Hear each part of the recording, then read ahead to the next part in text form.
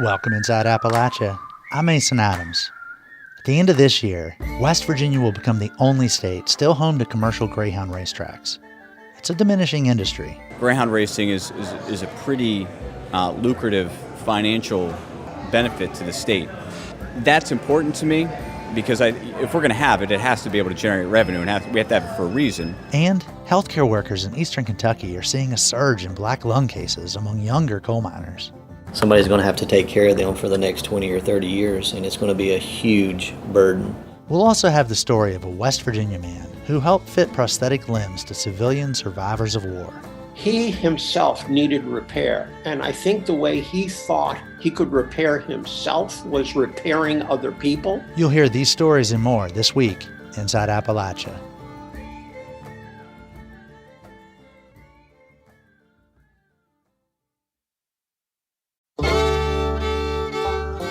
Welcome inside Appalachia. I'm Mason Adams. We tend to associate black lung disease with older coal miners and retirees. But more and more young miners, people in their 20s and 30s, are living with the disease too. We'll hear more about that later in the show. But first, by 2023, West Virginia will have the only two remaining greyhound racetracks in the country. A state law commits West Virginia to support greyhound racing at two casinos: Mardi Gras Casino and Resort, just west of Charleston, and Wheeling Island Hotel Casino Racetrack in the northern Panhandle. In a new series, reporters Randy Yohe and Shulz take us inside West Virginia's dog racing world. Part 1 takes us to the track. Randy Yohe has more. At the Wheeling Island Casino and Track. Longtime greyhound racing fan Michael Palmer is one of about 50 patrons watching today's races. Majority of these people here are retired and everything. This is all we got to do is come here and watch the races and bet a little bit of money. Hopefully we win. Across the country, greyhound racing is on a rapid decline. By 2023, this track, along with one other in West Virginia, will be the last two remaining greyhound racing tracks in the United States. Some want the sport to continue here, but a future for greyhound racing in West Virginia is not guaranteed. And to understand why, you have to understand its relationship to casinos. The Mardi Gras Casino and Resort in Kanawha County hosts West Virginia's other greyhound track. That's where you'll find Red Conliff betting on the dogs. He's watching the races not trackside, but on a big screen monitor near the slot machines and the cashier's window. It's just like an athlete, and so you find out who the best athletes are out there in the dogs, and that's the ones that you stay with all the time. So it's interesting. Some, like Mardi Gras racing bettors Matt and Judy Blowers, hope West Virginia becomes the focal point for greyhound enthusiasts around the country. Judy says it's too bad that states like Florida, Iowa, and Arkansas have lost out on the sport. Well, I think it's a shame because, especially since COVID, people need a way to relax and have fun. And that's all that this is. We're not here to, my mortgage is already paid. I'm not here to pay my mortgage off. Down on the track, 8 more dogs have come from the kennel and are heading to the starting block for the 5th of the day's 15 races. Dogs have raced at Mardi Gras since 1985. Wheeling Island transitioned from horse to greyhound racing in 1976, and there's a reason why the sport persists here today. In 2007, state legislation established requirements that all state-sanctioned casino table games and video lottery machines can only operate where there is also horse or dog racing. Racing, either thoroughbred or greyhound, is integrally tied to their license to operate, and they have to continue live racing in order to keep the casinos going. That's Delegate Matt Rohrbach, a Republican from Cabell County. Senator Ryan Weld, a Republican from Brooke County, supports the state's greyhound industry. The owner of an adopted greyhound says it's a humane sport that provides hundreds of jobs and makes the state a profit. Greyhound racing is a pretty lucrative financial benefit to the state. That's important to me because if we're going to have it, it has to be able to generate revenue, and we have to have it for a reason. But not everyone is in favor of racing in West Virginia, including the owner of the state's 2 tracks. Delaware North owns and operates casinos around the country, including both West Virginia facilities. In a statement, Delaware North spokesperson Glenn White said, Greyhound racing is losing money and public interest. White says the industry is seeing, quote, fewer patrons, an older customer base, and declining revenue overall. Over the past 5 years, he says the number of patrons at Wheeling Island has dropped by 60% and by 40% at Mardi Gras. Delaware North supports the national trend to uncouple state government and greyhound racing, but not everyone wants to see that uncoupling. Greyhound breeder Steve Saras is president of the West Virginia Kennel Owners Association. Saras says live dog racing fuels casino table games and video lottery activity. He says the state should double up when the 2 West Virginia tracks become America's dog racing mecca. Say, for instance, we went as a group to the track. Some people might say, hey, I'm going to play blackjack, I'm going to go play poker, I'm going to go play dogs, I'm going to go play horses. So usually when they live race, casino play goes up. So, and all of that stuff, it benefits the state. The state gets extra money. And then when Arkansas and Iowa closes, it's only going to go up from there. Delaware North says its top priority in operating racing is doing so to the highest standards for the safety and well-being of the greyhounds. Last year, state records for the 2 tracks show more than 600 greyhounds were injured, nearly 200 suffered broken bones, and 10 dogs died. Dr. Mark Webster, Mardi Gras track veterinarian since 2002, says challenges in pandemic staffing contributed to the medical problems. They had to streamline the employees and everything just to make things go. Sometimes we weren't able to retain some of the more experienced people that can solve some of those problems. And, injury is part of it. Dr. Webster also says these greyhounds are athletes, born and bred to run. For West Virginia Public Broadcasting, I'm Randy Yohe. We'll be airing more from West Virginia Public Broadcasting's series on the future of dog racing. Part 2 gets deeper into the question of whether or not greyhound racing is humane.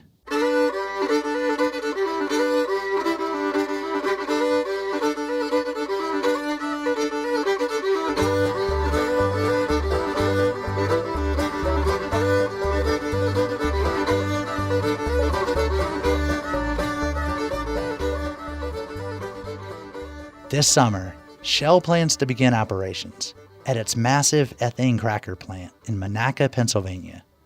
Since Shell first announced interest in the site in 2012, the prospect of new petrochemical investment in the Ohio River Valley has fueled hope and fear. For State Impact Pennsylvania, the Allegheny Front's Reed Frazier visited to find out what people think as the plant prepares to open. It's a well-known story in western Pennsylvania. For decades, steel mills lined the region's rivers, and though they belched out soot and pollution, they put food on the table. At a local restaurant, Skip Homan tells the story. Steel in Beaver County was the major source of employment. Homan is on the board of the Beaver County Partnership for Community and Economic Development. He says when steel left in the 1980s, the county's tax base tanked, as did its population and school enrollments. When Shell said it had chosen Beaver County to build its ethane cracker, which will turn natural gas into 1.6 million metric tons of plastic pellets a year, he felt it was a big moment for the county. Oh, I was thrilled. The plant received the largest subsidy ever in Pennsylvania, a $1.65 billion tax credit, and Homan says he didn't have a problem with that, if that's what it took the plant to get here. At its peak, construction of the plant employed 8,000 workers. Many were from out of state, and they crowded the county's hotels, restaurants, and rental apartments. Homan thinks it's all been good for the county. Before Shell, Beaver County was really not recognized, not known. Now Beaver County's on the map. When it opens, it will have 600 permanent jobs. But not everyone in Beaver County is so happy about the plant opening. Joyce Hanshaw lives across the Ohio River from the plant in the town of Vanport. All the way down to the road, this whole area is ours. And is that the plant right there? Yes, sir. She and her husband Don, a retired steel worker, used to have bonfires in their backyard, but stopped since the plant was constructed. The whole area here is all lit up all the time. So there's really no nighttime here. Hanshaw and her husband bought their house in 1973. She doesn't want to move, mostly because the house is paid off. She says she's already heard strange sounds coming from the plant. You heard this whoo like that and didn't even know what the devil was going on.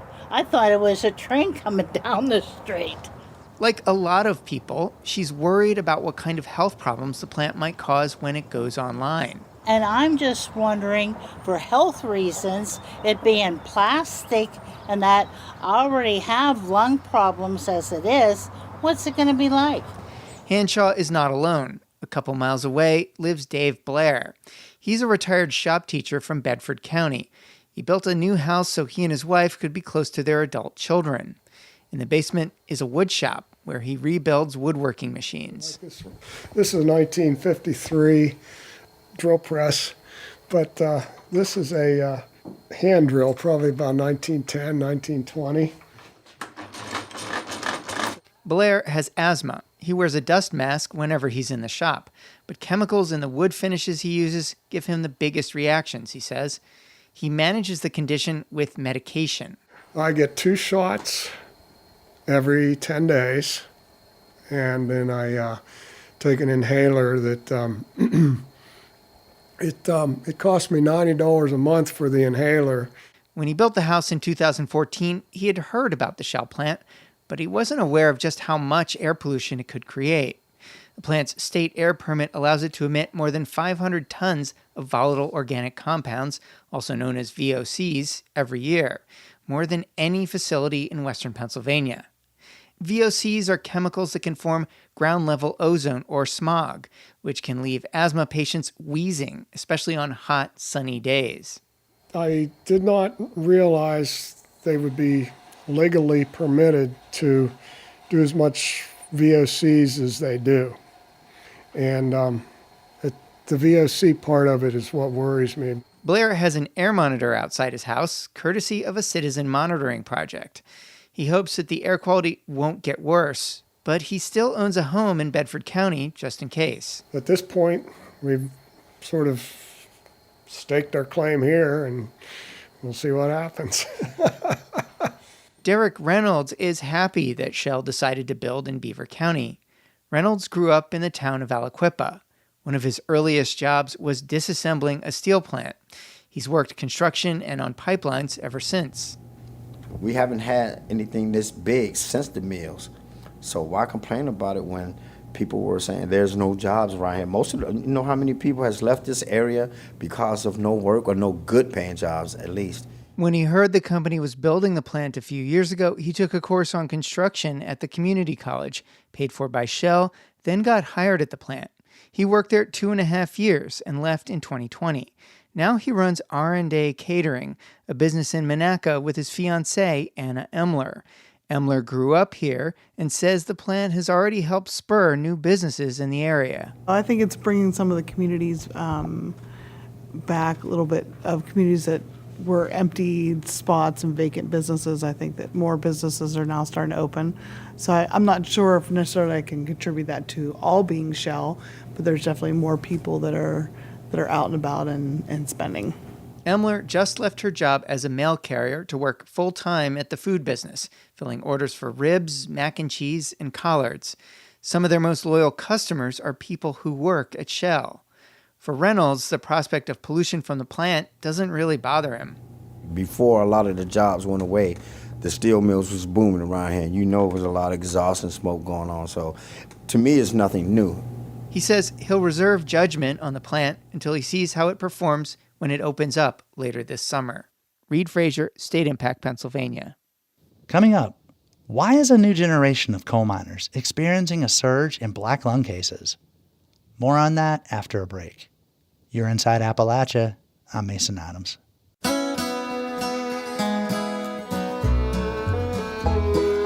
Many a miner in their cage to sin. Down in pitch black, a new day begins. Headlamp, lunchbox, water for the day. Wives and children at home kneel and pray. Cold dust in my soul, aching in my back. Only life I know Support for Inside Appalachia is provided by Concord University in Athens, West Virginia. With career-focused liberal arts education in more than 80 degrees and programs to pursue various career options, not just a single job. More at concord.edu. In the mid-20th century, coal mined in Appalachia powered America's emergence as a global superpower. But today, Appalachia's coal industry is just a shadow of what it was in the 1950s, or even in the early 2000s. Now, there's a global energy boom happening, and coal is part of it. So what does that mean for the industry here? At the time we're recording this episode, coal prices are above $100 a ton for the first time since 2008. But coal companies are having a tough time keeping up with all this demand. To help us understand the issues across the globe that are affecting coal companies here in Appalachia, I sat down with Curtis Tate. He covers energy and the environment for West Virginia Public Broadcasting. So first, let's talk about what's driving up the demand and the price. Well, it started last year when the economy began to recover from COVID-19. You might remember that during 2020, there was practically no demand for coal and natural gas, and prices were low. Then suddenly, last summer, demand shot up for both coal and natural gas. As the price of natural gas increased, coal became the cheaper fuel. Then its price rose to levels not seen in years. Now you have Russia waging war against Ukraine for the last few months. That's encouraging exports of U.S. coal and natural gas to Europe, so the NATO alliance doesn't have to depend on Russia for its energy needs. Coming after years of a down market, the industry's scaled down its coal production, and so it seems like it's having a hard time revving back up. Can you tell us a little more about that? Right. Well, most coal is delivered to power plants and export terminals by rail, and that's become a big bottleneck. Railroads trim their workforce because of COVID. Now, like other businesses, they're having a hard time finding enough workers, so there aren't enough trains to move the coal and not enough people to run them. And I understand that this past winter, coal production was so low that here in West Virginia, some power plants weren't running for a while. Well, ordinarily, it's normal for power plants to be idled for weeks or months at a time for regular maintenance. But last year was a little bit unusual. Appalachian Power, for example, has 3 coal plants in West Virginia. They generate electricity for West Virginia, Kentucky, and Virginia. The coal supply was so tight late last year that Appalachian Power had to idle these plants for longer than expected. Otherwise, they were going to run out of coal by winter, which is the peak season for demand. And because Appalachian Power couldn't get the coal it needed, it had to purchase power from the PJM interconnection, which is the grid operator for electricity across 13 states, including West Virginia.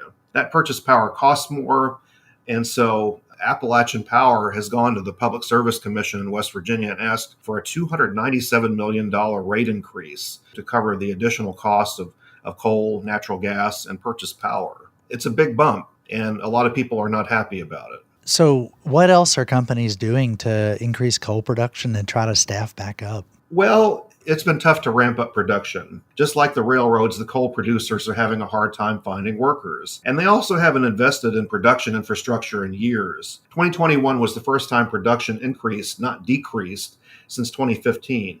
Railroads haven't ordered any new coal cars since 2015, and coal companies complain they can't get financing because banks have net zero and ESG goals. Environmental social governance, it's kind of like a broad sort of catch-all for sustainability, for environmentally friendly, for a reduced carbon footprint.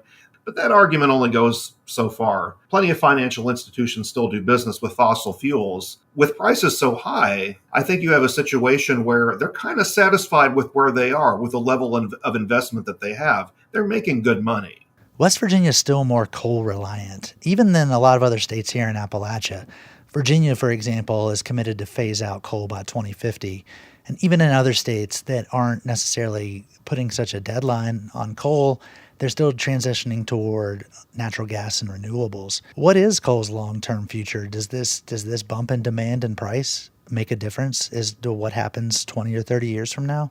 No, Mason, I really don't think it does. Right now, we're in a period of high prices and high demand, but that may not last long. You have 2 surrounding states that historically have a tradition of coal mining. Pennsylvania and Virginia, they're both moving away from fossil fuels. Both of them have joined the Regional Greenhouse Gas Initiative. And Virginia, additionally, has the Clean Economy Act. That is surely going to transition Virginia away from fossil fuel power generation. Now, even West Virginia, as coal-heavy as it still is, has begun to embrace solar. There's a big project that they announced a few months ago in Boone and Lincoln counties. That's the heart of West Virginia's southern coal field. But look, that transition isn't going to happen overnight. Coal will continue to be mined in West Virginia and Appalachia at least this decade. But the cost of renewables isn't driven by whether the economy is up or down or whether there's a war somewhere in the world. Utilities are already planning to take a lot of coal plants offline in the next 10 or 15 years.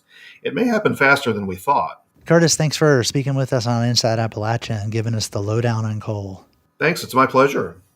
That was Curtis Tate, who covers energy for West Virginia Public Broadcasting. This latest bump in global demand for coal is the first since the industry's last peak, around 2012. And since then, the coal industry in Appalachia has changed dramatically. Coal companies have gone bankrupt and closed, leaving behind damage to the environment and, at least in one case, workers who went unpaid for their final weeks of work. Miners across the region have had to change careers to find more stable jobs. Others are living with the harmful effects that coal has had on their lungs.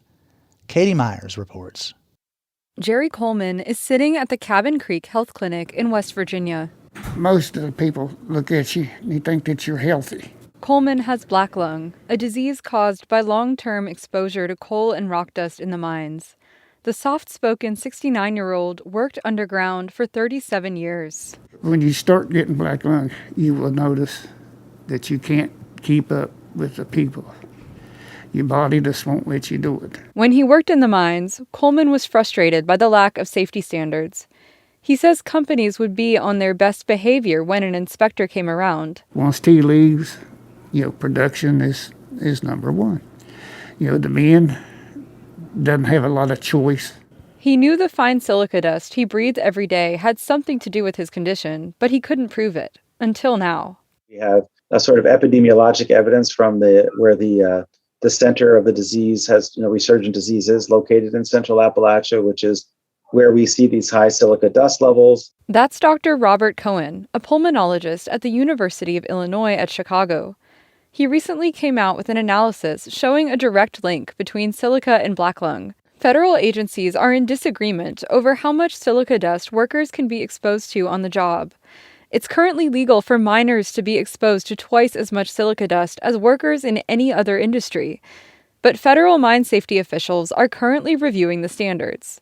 Here's Cohen again. Clearly, I think we have enough evidence to control this. Central Appalachia is a hub for black lung cases, especially as the mining process has become more mechanized and companies have to blow through more rock to get to coal seams. Brandon Crum is a radiologist at the Pikeville United Medical Clinic in eastern Kentucky. He's been researching a surge in black lung cases in recent years. I've seen more complicated in the last 18 months than I've seen in my entire career reading black lung x-rays. He says younger and younger miners are coming into his clinic and their families will deal with the fallout for decades to come. Somebody's going to have to take care of them for the next 20 or 30 years, and it's going to be a huge burden. Wes Addington runs the Black Lung Legal Clinic at the Appalachian Citizens Law Center in Whitesburg, Kentucky. He says even if the federal government updates silica dust standards, it won't completely fix the problem.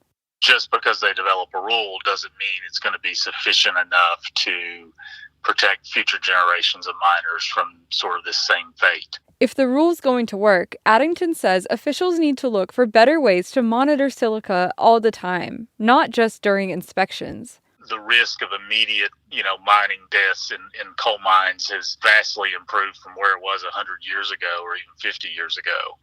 But the long-term exposure to deadly dust has, essentially been a failure.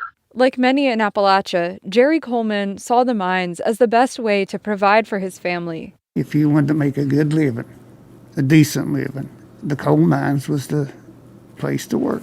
But now he has trouble enjoying the life coal bought him. He can't walk up his mountain anymore or hunt. He says sometimes if he plays with his grandkids too long, he loses his breath and he can't get it back. Yeah, I made a good living, but I'm paying for it now. For the Ohio Valley Resource, I'm Katie Myers. That was reporter Katie Myers, with help from producer Roxy Todd. Just a few days after Katie's story first aired in early June, the U.S. Mine Safety and Health Administration announced it was taking steps. It's making a new silica exposure rule that says will be an improvement for miners. And in the meantime, the agency pledged to increase inspections, especially at mines with repeat offenses. Barbara Ellen Smith wrote one of the definitive books on black lung. She drew on her experience as an activist in the 70s and paired that with new research and interviews to write the 1987 book, Digging Our Own Graves, Coal Miners and the Struggle Over Black Lung Disease.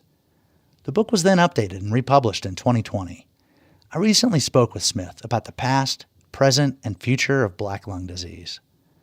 Barbara, we've all just lived through 2 years of the COVID-19 pandemic, and we've heard how the virus first emerged in Wuhan, China. How did black lung first emerge? Black lung has probably been with us ever since the inception of coal mining. The trick, though, has been to gain official scientific medical recognition of the disease and prevention of the disease in the workplace and compensation for those who've already been afflicted and disabled with it. There are records that date back to the 19th century in the anthracite district where physicians are observing the diminishing breathing capacity of their coal miner patients and are writing quite openly about the problem of a work-related lung disease among coal miners. That attention from the medical profession tends to wane in the late 19th and early 20th century. That seems to be related in part to the rise of certain assumptions about how disease should be diagnosed, and specifically the importance of silica as the primary occupational lung disease that's recognized. Black lung does not follow silicosis exactly in its patterns on an X-ray, so physicians tended to dismiss the idea that there was any disabling lung disease among coal miners. Probably the dominant reason was the fact that healthcare delivery in the coal fields was increasingly dominated by a company doctor system where physicians were hired by the company, but miners were required as a condition of employment to pay for medical services from that doctor. So the physicians in the coal fields were really more accountable to their coal company employers than they were to coal miners or their families. When the United Mine Workers of America had thoroughly unionized the coal fields in the 1930s, one of the chief demands of the union was a healthcare system that was paid for by the coal mine owners but controlled by the union. And that resulted in an influx of physicians who were quite interested in pursuing work-related issues for coal miners. And from those physicians, you begin to see in the 1950s the development of some literature in scientific medical journals regarding this lung disease among coal miners. Now, I understand that not only did the coal companies not take black lung as a priority, but initially the union didn't either. Can you tell us about that? Well, the union under John L. Lewis was a pretty authoritarian organization. Lewis, of course, is a great hero to most coal miners, and he did play an outsized role not only in organizing the coal fields, but in the entire American labor movement. However, the union, especially once the Welfare and Retirement Fund was established, found itself in sort of a contradictory position where the revenues that came into the fund derived from a tonnage royalty assessed on coal that was mined. And so the more coal mined, the more revenue that went into the fund. The less coal mined, which would be the effect of extensive prevention measures, would compromise the fund. There was also the belief among some historians that Lewis made a deliberate calculation, and there's evidence of this actually in his own writing, to promote mechanization of the mines in the period after World War II, which created extremely dusty working conditions. But he believed that the trade-off would eventually result in better paid, better working conditions, institutional security for the union. And so he was not prepared to compromise production and productivity in order to institute adequate dust control. How did the Federal Black Lung Trust Fund develop? Well, the trust fund was established through legislation that was signed into law in 1978. Miners and their survivors were originally paid with funds out of the U.S. Treasury. But the idea that taxpayers across the United States should be paying for the occupational lung disease of workers in a single industry did not sit well. So there had been pressure from the start to create a situation in which the coal industry would be more responsible for the cost of black lung compensation. And the trust fund was an effort to do that by assessing an excise tax on both surface mine and underground mine coal. However, even from the beginning, the amount of revenue that the excise tax brought in was not sufficient to pay all of the benefits. So the trust fund has been in the hole and in debt to the U.S. Treasury ever since its beginning. Now, the coal industry's downturn has not helped the Black Lung Trust Fund. A study found that bankrupt coal companies shed more than $5 billion, that's billion with a B, in environmental and retiree liabilities between 2012 and 2017. So, Barbara, what did that do to the Black Lung Trust Fund?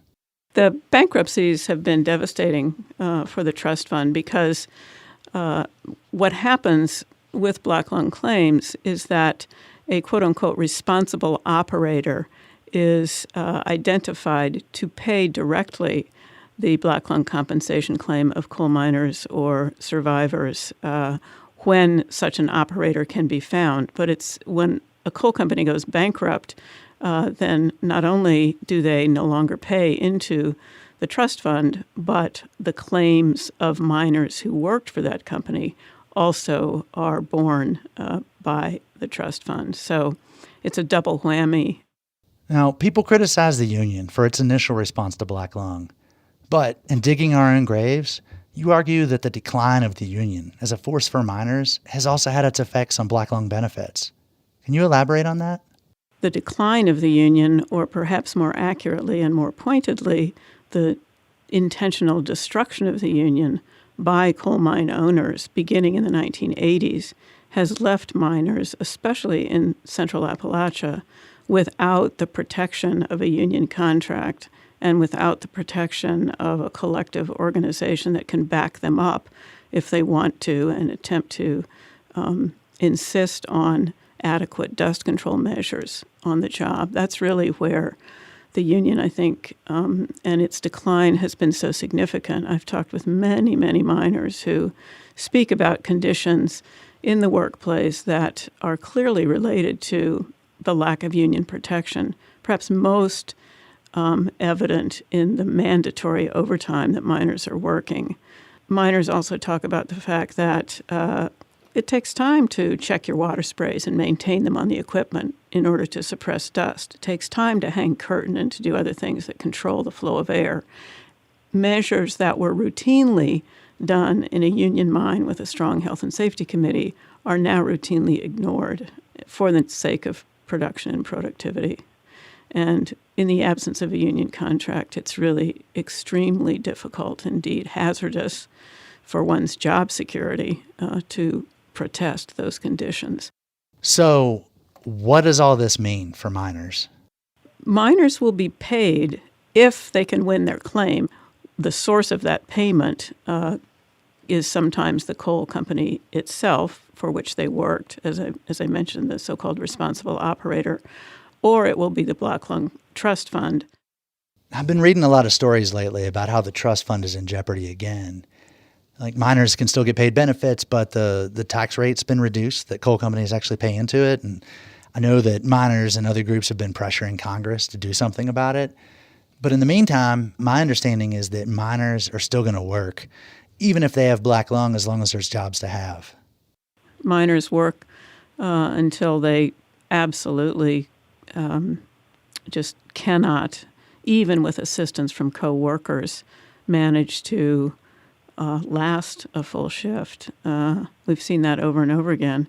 Gary Hairston, who's the president of the National Black Lung Association, talks about trying to go back to work even after being diagnosed with the most advanced form of black lung because he wanted to provide for his family. And that's typically, of course, the reason. You know, we're looking at a situation of high unemployment, a lot of job insecurity. So you got to work. It's the best paid job around as long as you can. Black lung benefits don't begin to compare with a paycheck from working in the mines. That was Barbara Ellen Smith, author of the book Digging Our Own Graves, Coal Miners and the Struggle Over Black Lung Disease.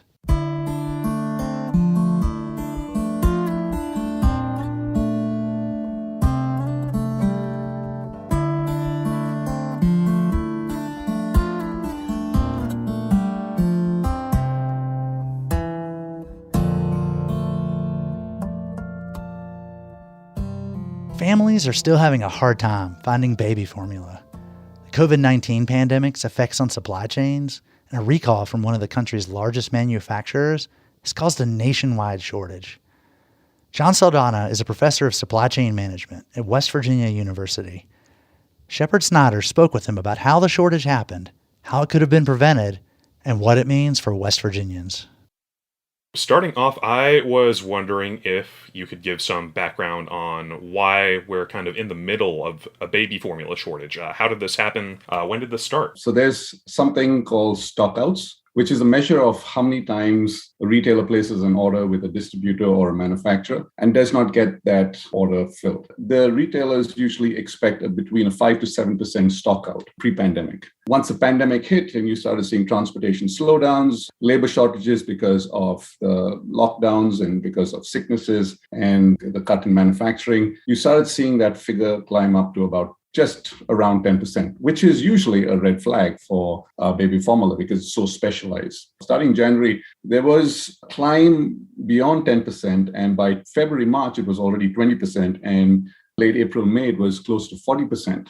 Tracing back the events that led to this was the voluntary recall of the Similac formula that is produced by Abbott in Sturgis, Michigan. So that plant alone accounts for a fifth of the total baby formula that is distributed in the United States. So that's a big chunk of what is produced for the entire US market. And I was wondering if you'd go a little bit into how the outbreak of COVID-19 kind of worsened the shortage. So the lockdowns essentially meant that everybody just stayed at home. And of course, if there was any suspicion that anybody in a facility was sick, and you saw the lockdowns even impact the meat supply chains, there was meat shortages. And, going down the list of commodities and products that you saw in the grocery store. On the demand side, you also have hoarding and you have pantry loading. So people fear that we're going to lose supplies on something. And then you go out and you buy as much of that product that you can. And retailers, before they realize it, they start stocking out. They start seeing that they cannot order enough because production has a capacity that is usually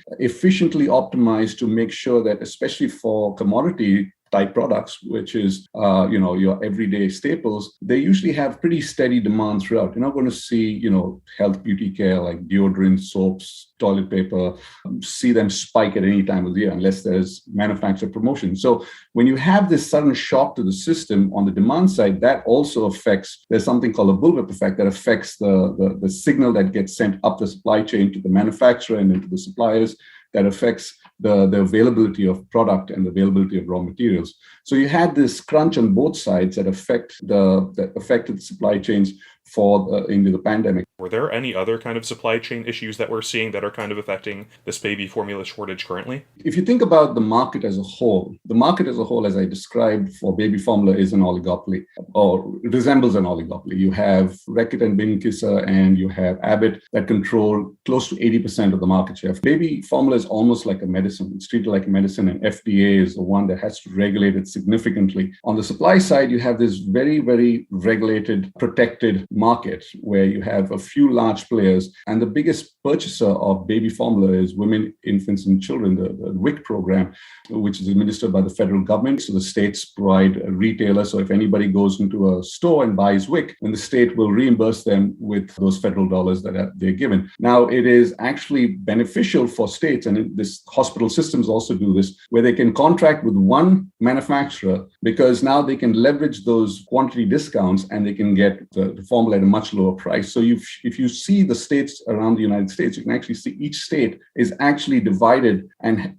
has a sole source of one manufacturer. So there will be more states there will be some states that are more affected because they are directly contracted with Abbott. And as a result of that, you have this large protected government-funded industry. And of course, because of the significant barriers to entry, you don't have many more producers entering the market and adding more competition. I was also wondering how some of these supply chain issues can be, at least in your eyes, fixed or even prevented. First and foremost, as a private company, I would say leaders of these companies, of all companies who look at their market, look at their customers and look at their consumers and say, where can our customers and where can our consumers suffer the most because of a lack of our product? Then going back and mapping their supply chain and seeing where are the vulnerabilities in their supply chain and seeing we have a sole source contract with this supplier in this region of the world. And these are the political effects, the geographical effects, the climate and economic effects that can affect them and affect the supply of that critical component or raw material. And we have to be able to do something about this. Now, if it's critical enough, like baby formula or pharmaceutical or some other shortage that is going to affect the population at large, then we need to go in and talk to whoever the government regulators or have a discussion with our representatives in Congress to be able to say this is something important and put it on the radar or in the public policy realm. Are there any kind of unique issues West Virginians might face with regards to this baby formula shortage? We have the same problem that everybody else has, and that is who's our primary supplier? Is it Similac or is it Enfamil? In the short term, we're obviously going to see a greater impact if West Virginia, and that's something that everybody else is facing. That was John Saldana, WVU Professor of Supply Chain Management, speaking with Shepard Snyder about the shortage of baby formula. Some communities in the region have had inconsistent access to water, but for people who live on mountains, getting water is even more difficult. Now, some residents in Wyoming County, West Virginia, are finding relief thanks to new water lines. Jessica Lilly recently visited a project on top of a mountain. She brings us this report. It's about a 30-minute drive from the main road in Budd to the top of Budd Mountain. Many residents used to have a community well until it ran too dirty to use, they say. And even after the local public service district ran main water lines, most of the residents couldn't afford the personal hookup costs. Until now, thanks to a nonprofit called Dig Deep. Dig Deep's Appalachian Water Project manager Bob McKinney is managing the new water installation projects at the top of the mountain. It's a haul to get to the construction site. Even McKinney has to call in for directions. Go ahead. If you come up right there at Bob's Branch and then you get to the top of Bob's Branch and hang a left, just right out left, you'll come out to the church. Okay, On the way up, houses are spread out, so it's hard to believe that there's more than 100 homes that need water hookups. You're telling me there's 122 homes up here? Not just in this area, but on down into Herndon Heights. This is Herndon Heights. I get them backwards. And Beartown. Okay. Beartown and Herndon Heights are two communities on this mountain. McKinney hired a team of contractors to install new, high-pressure water lines from the main line to the home. The project to bring reliable tap water to residents began with a survey to find out which homes can access the new PSD water lines. They got the main lines run. They're still running them, as a matter of fact, in some places. And what we did, we've come up and done surveys of the places that have had them run, and we'll come up and do an interview of the homeowner to see if they want us to help. And if they do, then we'll schedule to come up and start running lines. Now, we're running lines right now. That's when water and sanitation technician Bucky Osborne and his crew come in. But what we're doing right now, we're putting in water line. The water lines are high pressure and will carry 250 psi, faster service than the current black plastic lines. Osborne walks behind one of the houses where two other men are working. We're digging the trenches to get it ready to run the service line to them. And we're running them up to the house until the PSD comes in and does what they need to do, and then we'll come back and hook up. On this day, the crew is behind a home. The space where they're working is narrow. In places where the backhoe won't fit, Workers have to dig with shovels by hand. They're putting in new line because the old line, I guess they just had so many problems with the old line, so they're coming in putting new service in. The homeowner, Danny Bird, has lived in the house for about 17 years. When I first moved up here, they had a well, community well, but the water was nasty, red. Wasn't good for much but showering and flushing the toilet, So it's pretty rough. We had to bring our own drinking water up here for several years. Bird explains that the community would collect water at the bottom of the mountain. And where was the source? Where would you collect? Down at Herndon, at the bottom of Jug Holler. Do you know where the water outlet is down there? It's like right on the side of the road, isn't it? Yeah, the hose. Yeah, that's where about all of us got our water from. Bird is semi-retired. A back injury has kept him out of work for a few years now. He admits that the cost to connect to the main line would have been a tough expense. He gladly accepted the help from Dig Deep. Well, so far it hadn't been any expense at all. They've provided everything, even installing it to the house. I asked him, what charge was it going to be. He said, none. Yippee. Was that kind of surprising? Like, hey, what's the catch? Why, absolutely. I said, golly, putting it in for free? Sounds good to me. I'll take it. Dig Deep's Bob McKinney says the crews plan to run lines to 33 more homes in communities like Herndon Heights and Beartown on Bud Mountain. They expect to be finished connecting more than 120 homes total by the end of July. For West Virginia Public Broadcasting, I'm Jessica Lilly on Bud Mountain. West Virginia native Dave Evans enlisted in the Marine Corps when he was only 17. A year later, his unit was ambushed in Vietnam. Most of the men were killed. Evans survived, but lost both legs. He returned to the U.S., where he was fitted with prosthetics. Evans went to school, joined the national anti-war effort, and became a peace activist. He later divided his time between West Virginia and a long list of war-torn countries, where he traveled to help fit prosthetic limbs to civilian survivors, many of them children. Evans died in 2020 at the age of 68. Filmmakers Allison Gilkey and Eric Newdell featured Evans in a documentary film, The Wake Up Call. Bill Lynch spoke with Gilkey and Newdell about the film. Tell me about this film that you've made. We had this idea to do a film about war. It started out in Laos when we were there on a trip for the State Department as part of the American Film Showcase. They were showing a film that we had made. We went up to northern Laos to the border with Vietnam and China in this area called the Plain of Jars. What we discovered there was that it was highly bombed. There were lots of unexploded bombs there. We filmed, we had our equipment, we filmed a lot of the kids and people. Anyhow, we got great material, beautiful material about these people who've been damaged by this American bombing. That area is the most bombed area on the planet in Laos. It was a neutral country, but it was a good dumping zone. That's kind of the point of how awful this bombing was, because it was the American warplanes that couldn't land at the airbase loaded with ordnance. So they just indiscriminately dumped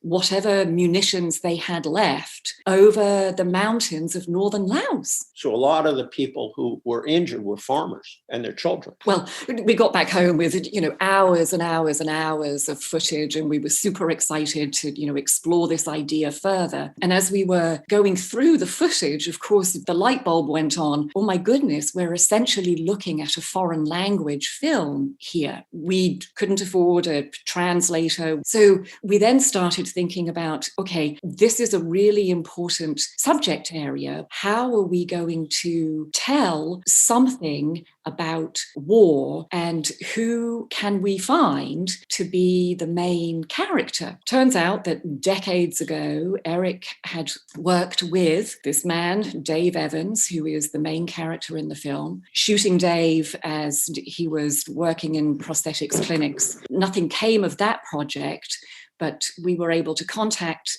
Dave at his home in Antigua, Guatemala, and he graciously agreed to allow us to come and stay with him for a couple of weeks. It might be nice if you guys could tell me a little about Dave, his personality, and what he was like.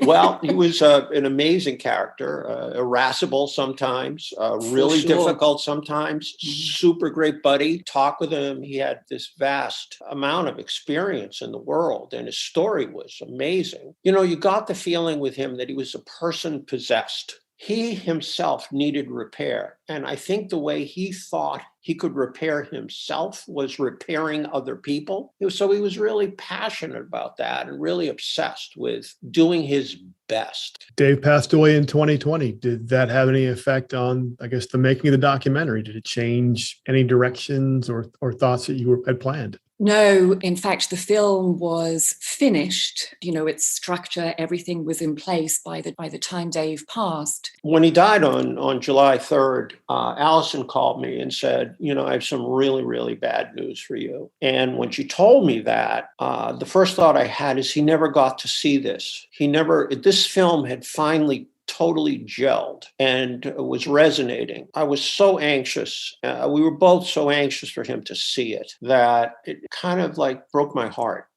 that he didn't. This is his legacy, I think. And a part of it. And, I mean, he's got a lot of people he trained, a lot of people he's helped. So that's, of course, a bigger legacy than what we did. But in terms of expressing his spirit, I think this is a good vehicle for getting across who he is and was and what he meant. What do you hope people will take away from the film? I hope it makes people think. As Dave himself says in the film, I wish people would just think a little. We send these young kids off, and they are kids. Dave was only 17. He wasn't even old enough to sign his own enlistment papers. He had to ask his mum to do it. What do we think is going to happen to these tender, young hearts and minds when they see inevitably what they're going to see in war? We bring them home. They're not the same people. So think, just listen to the wisdom in the film. This wisdom comes from people who have lived that experience. The other side for me is the second part for me is that Dave, as I said earlier, he was repairing himself by repairing other people. I think one of the lessons is that if you really want to do something, if you want to be happy, if you want to repair yourself, do something for other people. And it will yield a kind of redemption for you. It may not be, as in Dave's case, Vietnam always haunted him, but it filled him and it made him a better person. He was not someone who just gave like $5 to a cause and that's it, you're done. He went actively, existentially into that world and he made it better for real human beings in very tangible ways. The film is called The Wake Up Call. Eric, Allison, thank you very much. Thanks so much, Phil. Thank you. Appreciate it. The Wake Up Call was recently shown in Charleston as part of Festival. The filmmakers are currently pursuing distribution deals to get the documentary more widely shown. Have a question, comment, or story idea? Write to us at InsideAppalachia@wvpublic.org or find us at West Virginia Public Broadcasting on Facebook or at WV Public on Instagram. Till next time, thanks for joining us as we journey throughout Appalachia. Our theme music is by Matt Jackford. Other music this week was provided by Long Point String Band, Spencer Elliott, Barnstormin', Dog and Gun, and Rich and the Po' Boys. Bill Lynch is our producer. Alex Runyon is our associate producer. Our executive producer is Eric Douglas. Kelly Libby is our editor. Our audio mixer is Patrick Stevens. Xander Alloy also helped produce this episode. You can find us on Twitter @InAppalachia. You can also send us an email to insideappalachia@wvpublic.org. Visit wvpublic.org/InsideAppalachia to subscribe or stream all of our stories. Or look for Inside Appalachia wherever you get your podcasts. Inside Appalachia is a production of West Virginia Public Broadcasting.